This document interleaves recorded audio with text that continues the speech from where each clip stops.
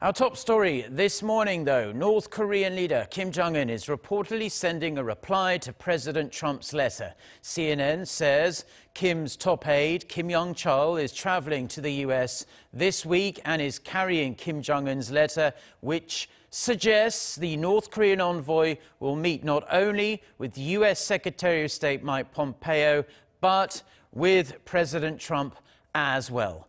Jung-hee starts us off.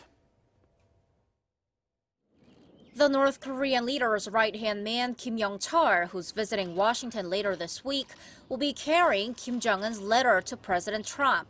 That's according to CNN correspondent Will Ripley on Twitter. He added North Korean diplomats in the U.S. have not been told of the details, which shows how much Kim's trip to Washington is veiled in secrecy.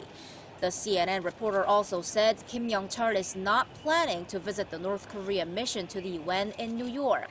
The move is quite unprecedented, as North Korean officials have mostly made stopovers in New York to visit the mission when traveling to the U.S.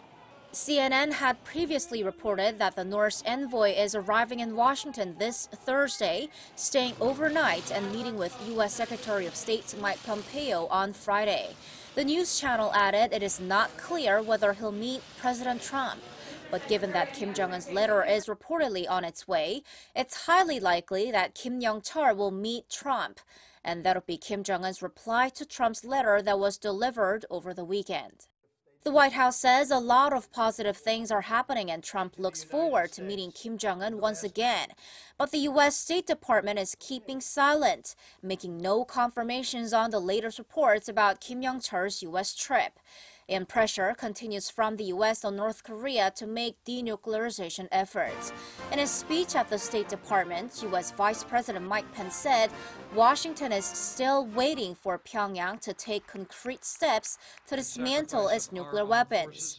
While top nuclear negotiators from North Korea and the U.S. will be sitting down for high-level talks this week, the key for them will be to find a middle ground between each of their demands and go a step closer to reaching a deal, involving the North's tangible denuclearization steps and corresponding U.S. measures.